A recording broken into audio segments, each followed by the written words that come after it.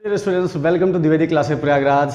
क्या हालचाल है? करता हूँ आप स्वस्थ होंगे और बढ़िया से तैयारी कर रहे होंगे। तो अभी तक क्वाड्रेटिक इक्वेशन में हमने क्या क्या पढ़ा? एक्सरसाइज 4.3 पढ़ रहे थे, जहाँ पे अभी तक हमने बहुत ही इंपॉर्टेंट टॉपिक यानी कि कंप्लीटिंग स्क्वायर मेथड और एग्जिस्टेंस ऑफ रूट्स और उसके अलावा क्वाड्रेटिक फार्मूला के बारे में अच्छे से पढ़ा।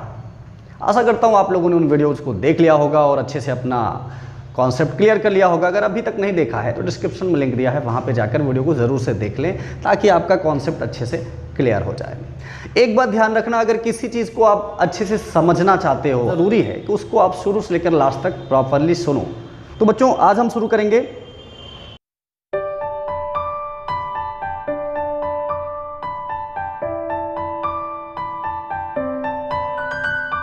डिस्कशन किया था। चलिए देखते हैं क्वेश्चन नंबर 4 क्या है। क्वेश्चन नंबर 4 कह रहा है the sum of the reciprocal of Rahman's as.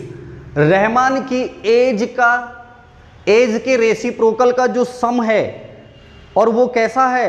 3 years ago and 5 years from now. Means आज से 3 साल पहले जो उसकी एज थी वो, और आज से 5 साल बाद उसकी जो एज होगी वो, उसके रेसिप्रोकल का जो सम है वो इक्वल है कितना? 1/3 के। तो उसकी प्रेजेंट एज क्या होगी ये हमें बताना है। तो बहुत आसान क्वेश्चन है, आप अच्छे से देखिएगा, समझिएगा। Let present age of Rahman be x years. ठीक है, हमने मान लिया कि रहमान की जो वर्तमान आयु है, प्रेजेंट एज है, वो कितना है? x ईयर है। नाउ अकॉर्डिंग टू क्वेश्चंस, भाई आपका क्वेश्चन क्या कहता है इस पर भी आ जाओ। उसने कहा है सम ऑफ रेसिप्रोकल 3 years अगो, 3 साल पहले, एंड 5 years फ्रॉम नाउ। बिल्कुल सिंपल है, अगर अभी रहमान की एज x है तो 3 साल पहले x - 3 रही होगी और उसका रेसिप्रोकल मींस 1/x - 3। रेसिप्रोकल या व्युत्क्रम, किसी भी फ्रैक्शन को उल्टा कर दो, यानी जो न्यूमरेटर है डिनोमिनेटर बना दो, डिनोमिनेटर को न्यूमरेटर बना दो, वही उसका रेसिप्रोकल होता है या फिर उसका व्युत्क्रम कहा जाता है। और क्या कह रहा है? 5 साल बाद की जो एज है उसका भी रेसिप्रोकल, तो अभी x ईयर का है तो 5 साल बाद x + 5 होगा। भाई अगर अभी आपकी एज 10 साल है तो 5 साल बाद कितना? 15 साल। अगर 15 है तो 5 साल बाद कितना? 20 साल + 5 कर रहे हो ना। तो अगर रहमान की एज अभी x है तो 5 साल बाद x + 5 ही तो होगा, कुछ और तो होगा नहीं। उनका सम ये लो भाई, x + 5 इक्वल है 1/3 के। तो चलिए एलसीएम लेते हैं और इसको सॉल्व करते हैं, देखते हैं क्या आता है। हमने एलसीएम लिया, दोनों डिस्टिंक्ट टर्म्स हैं यानी कि अलग अलग हैं, तो उनका गुणा ही इसका एलसीएम होगा। ये x + 5 1 में मल्टीप्लाई यहाँ हुआ और ये x - 3 1 में मल्टीप्लाई यहाँ हुआ, तो इक्वल में क्या आ गया? 1/3 आ गया है। और x कितना होता है? 2x होता है, एंड 5 - 3 कितना होता है? 2 होता है। और हम क्या करें, इसका भी मल्टीप्लाई कर दें। x का x में करोगे तो x² होगा, ठीक है, और फिर x का 5 में करोगे तो 5x होगा, -3 का x में करोगे -3x होगा, एंड -3 का 5 में करोगे तो -15 होगा, इज इक्वल टू 1/3 होगा। ठीक है, तो चलिए थोड़ा सा और इसको सिंप्लीफाई करके देखते हैं। ऊपर है 2x + 2, ठीक है ना, और नीचे x² प्लस ये 5 - 3, this is +2x and -15 is equal to 1/3। Equal में कोई भी दो फ्रैक्शन अगर आपस में इक्वल है ना तो क्या करोगे? क्रॉस मल्टीप्लाई कर देते हैं, जिसे हम तिर्यक गुणा भी समझ सकते हैं। तो चलो भाई ऐसे क्रॉस मल्टीप्लाई किया तो यहाँ पे x² 2x - 15 का 1 में होगा, तो 1 से किसी भी नंबर में मल्टीप्लाई करो वो नंबर ही आता है, कोई अलग नहीं आता है। और 3 का यहाँ पे मल्टीप्लाई किया तो 3 2 6x एंड 3 2 6, इसको इधर ले आओ भाई, सभी को एक जगह पे बैठाओ, तो 2x - 15 - 6x - 6 is equal to 0। So this is now x², 2x - 6x, this is -4x, -15 - 6 -21 is equal to 0। ठीक है, क्वाड्रेटिक आपको मिल गया है, बहुत ही आसान। अब क्वाड्रेटिक इक्वेशन कैसे सॉल्व करना है ये बताना पड़ेगा क्या? बिल्कुल नहीं। आपने अभी तक कंप्लीटिंग स्क्वायर मेथड और फैक्टराइज मेथड, क्वाड्रेटिक फार्मूला, इनमें से किसी भी तरीके से आप सॉल्व कर सकते हैं। यहाँ पे मेथड का नाम थोड़ी ना लिया है, तो हम फैक्टराइज कर लेते हैं। 1 into 1 दिस इज 21, और 21 का ऐसा फैक्टर जिसका डिफरेंस 4 आए। 7 3 जा 21 एंड 7 - 3 4, है ना। ओके, तो मिडिल टर्म को हम स्प्लिट करेंगे यहाँ पे। x² - 7x - 3x - 21 is equal to 0 and bracket disclose किया तो -7x + 3x - 21 is equal to 0। अब यहाँ पे x मैंने कॉमन लिया, सो x - 7, यहाँ पे 3 कॉमन लिया, x - 7 इज इक्वल टू 0।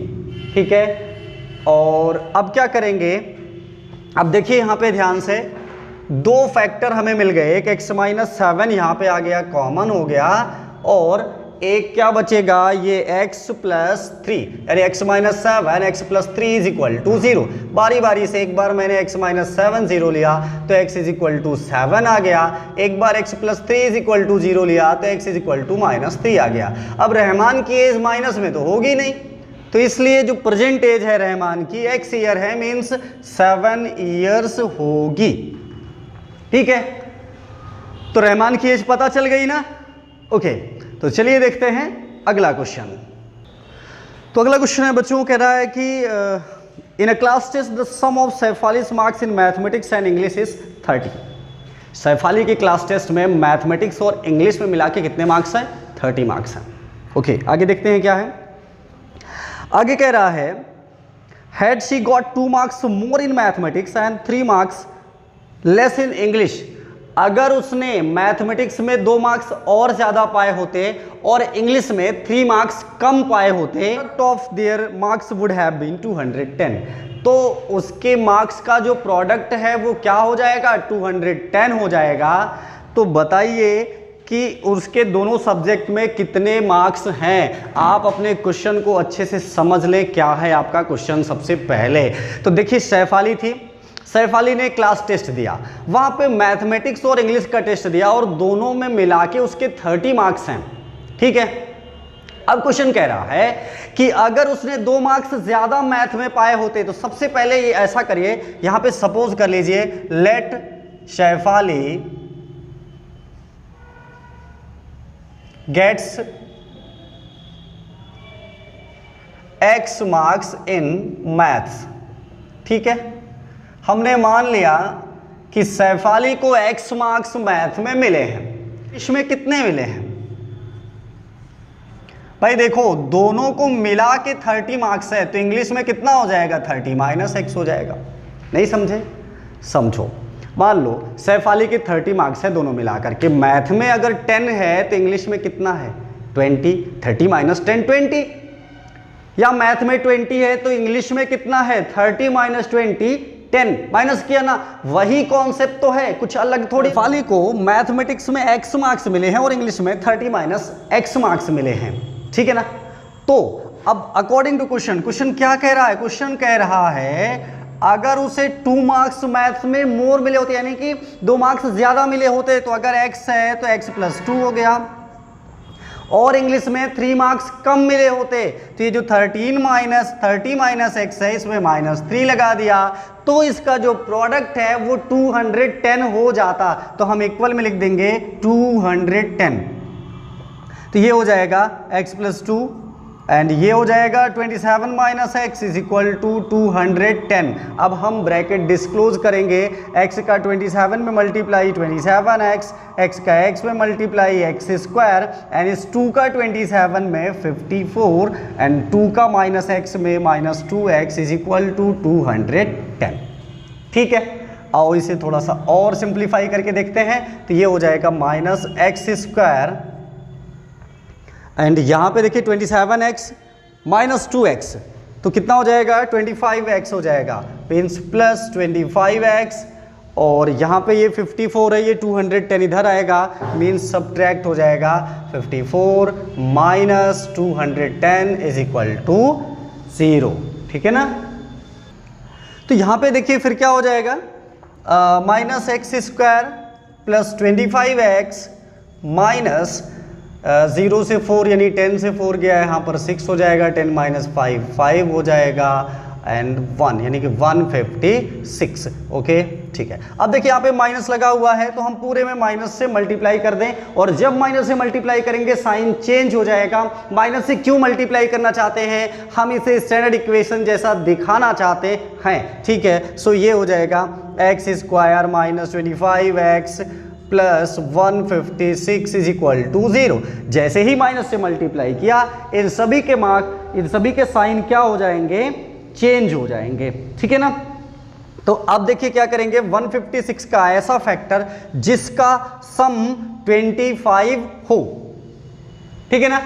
तो देखिए 156 का ऐसा फैक्टर, अगर मैं यहाँ पर बगल में फैक्टराइज करके एक बार देख लूँ, 2 से ये कट रहा है, 2 7 जार 14 एंड 2 8 जार 16, फिर 2 से कट किया तो 2 3 जार 6 एंड 39 ये हो जाएगा, फिर 3 से कट किया ये 13 हो जाएगा और ये 1 हो जाएगा। तो 13 इंटू 3 2 जार 6 2 जार 12, 13 इंटू 12 कितना हो रहा है 156, और 13 प्लस 12 कितना होगा 25 होगा। यानी कि मिडिल टर्म को हम आसानी से यहाँ पे ब्रेक कर सकते हैं। X square minus 13x plus 12x plus 156 is equal to 0, ठीक है ना। तो यहाँ पे बच्चों आप देखिए ब्रैकेट खोलेंगे हम तो x square minus 13x minus 12x plus 156 is equal to 0। यहाँ पे मैंने x कॉमन लिया तो x माइनस 13 बचा, इन दोनों में क्या कॉमन है, 12 कॉमन है, यहाँ भी x माइनस 13 बचेगा। कॉमन कैसे लेते हैं, कॉमन वो टर्म होते हैं जो दोनों में इन्वॉल्व हों, ठीक है। और जैसे बड़ा नंबर है आपको नहीं पता है तो वहाँ पे तरीका होता है कि हम सिंपली क्या करते हैं कि उसको फैक्टराइज जैसे आपके सामने इस तरीके से कर सकते हैं। यहाँ पे 2 फैक्टर हो गए, एक x माइनस 13 एंड एक हो जाएगा x minus 12 is equal to 0। तो एक बार जब मैं x minus 13 is equal to 0 लूँगा तो x is equal to plus 13 हो जाएगा। जब x minus 12 is equal to 0 लूँगा तो x is equal to plus 12 हो जाएगा। तो इसका मतलब है अगर सैफाली के मैथ्स में मार्क्स 13 है तो 30 माइनस 13 यानी कितना 17 मार्क्स इंग्लिश में हो जाएगा, ठीक है। अगर सैफाली के मैथ्स में मार्क्स ये 12 है तो 30 माइनस 12 यानी इंग्लिश में मार्क्स कितना हो जाएगा 18 हो जाएगा। बिल्कुल आसानी से हमने समझ लिया, ठीक है। तो चलिए देखते हैं अगला क्वेश्चन। तो क्वेश्चन नंबर 6 है बच्चों, the diagonal of a rectangular field is 60 meters more than the shorter side if the longer side is 30 meter more than the shorter side, find the side of the field, ठीक है। यानी कि एक rectangular field है, उसका जो diagonal है, मान लो ये हमारा रेक्टेंगुलर फील्ड हो गया जिसे हम आयताकार मैदान कह सकते हैं, ठीक है। यहाँ हमने लिख दिया let shorter side be x unit, ठीक है। माना छोटा साइड क्या है x यूनिट या x मात्रक है, यहाँ पे नहीं मीटर दिया है तो ठीक है हमने मीटर लिख दिया, ओके। भाई अगर कोई यूनिट नहीं दी है तो हम यूनिट ऐसे लिख देते हैं, अगर मीटर सेंटीमीटर कुछ दिया है तो वो लिख लेते हैं। और कह रहा है जो इसका डायगोनल है वो 60 मीटर बड़ा है। तो डायगोनल क्या होता है, विकर्ण जिसे कहते हैं, यही तो होता है ना डायगोनल। तो इसका मतलब ये x प्लस 60 मीटर हो जाएगा। भाई क्वेश्चन में बोला है कि ये शॉर्टर साइड का, शॉर्टर साइड आमतौर पर ये ब्रेड्थ होती है तो ये x मीटर, किसी भी रेक्टेंगल में या आयत में शॉर्टर साइड यही होता है, ठीक है। और क्या कह रहा है कि जो लॉन्गर साइड है वो 30 मीटर बड़ा है इस शॉर्टर साइड से, यानी कि ये हो जाएगा x प्लस 30 मीटर, ठीक है। तो अब क्या बोला गया है, find the side of the field, हमें साइड बताना है। बिल्कुल आसान है, किसी भी रेक्टेंगल के केस में आपको पता होगा कि ये सभी एंगल 90 डिग्री पे होते हैं। अगर 90 पे है, ये जो डायगोनल है ये हाइपोटेनस हो जाएगा। तो पाइथागोरस थ्योरम जो होती है याद है, क्या होती है, H square is equal to P square plus B square, यानी कर्ण स्क्वायर बराबर लंब स्क्वायर धन आधार square, square of hypotenuse is equal to sum of square of length and breadth, ठीक है। मालूम है ना, ओके। तो यहाँ पर हाइपोटेनस ये हो जाएगा x प्लस 60, ये देखिए, और परपेंडिकुलर है x और बेस है x प्लस 30। तो ये आप बच्चों ये a plus b to whole square type का है, सो आप इसका ब्रैकेट खोल सकते हो, a square plus 2ab 2 into x into 60 means 120x। B square 60 का स्क्वायर करोगे तो 3600 होगा। यहाँ पे एक्स स्क्वायर, इसका भी करेंगे x प्लस 30 का होल स्क्वायर उसी तरीके से, तो x square plus 60x plus 900। ध्यान देना मैंने ये कैसे स्क्वायर किया है, a plus b to whole square, a square यानी कि एक्स स्क्वायर 2ab यानी 2 into x into 30 plus B square यानी 30 का स्क्वायर दैट इज 900। ठीक है, तो यहाँ पे एक्स स्क्वायर क्या हो गया, कैंसिल हो गया है। अब बाकी बच्चों को हम निपटाते हैं कि बाकी जो बचा हुआ है वो क्या है हमारे पास है, वो x square plus 60x plus 900 minus 120x minus 3600 is equal to 0। हमने क्या किया, इन सभी को एक तरफ कर लिया। अब कोई भी अगर अपना साइड चेंज करके दूसरे साइड जाता है तो साइन उसके चेंज हो जाते हैं, यानी कि जो प्लस वाला है वो माइनस में और जो माइनस वाला है वो प्लस में। तो ये हो जाएगा बच्चों एक्स स्क्वायर 60 माइनस 120 यानी कि माइनस 60 होगा, माइनस 60x और ये 900 से 3600 गया तो माइनस 2700 इज इक्वल टू 0। अब ये क्वाड्रेटिक बन गया, इसको किसी भी तरीके से हमको सॉल्व करना है। तो 2700 का ऐसा फैक्टर जिसका डिफरेंस 60 आए, ठीक है ना।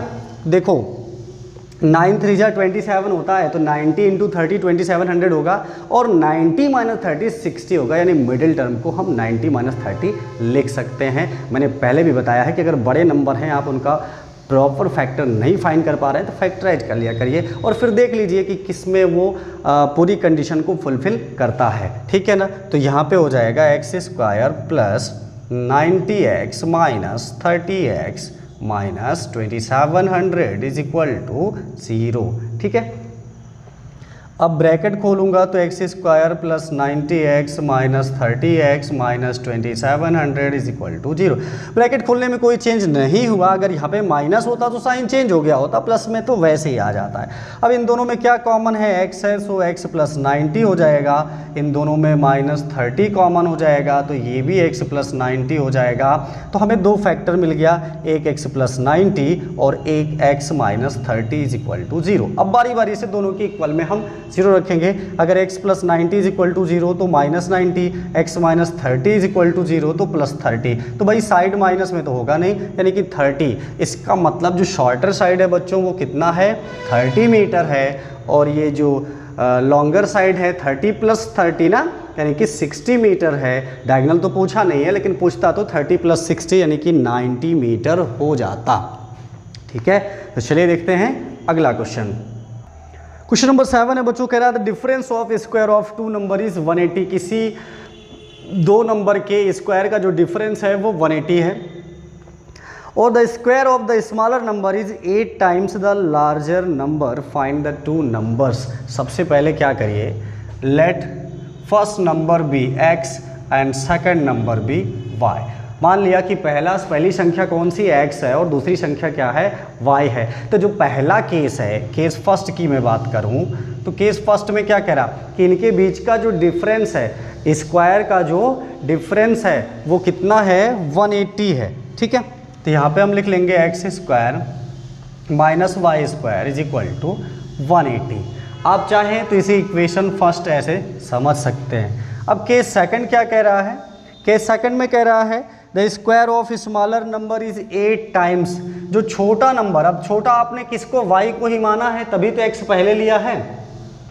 जो छोटे नंबर का स्क्वायर है बड़े नंबर के का 8 टाइम्स है, यानी y square is equal to क्या हो जाएगा, 8 टाइम हो जाएगा। ये है इक्वेशन सेकंड।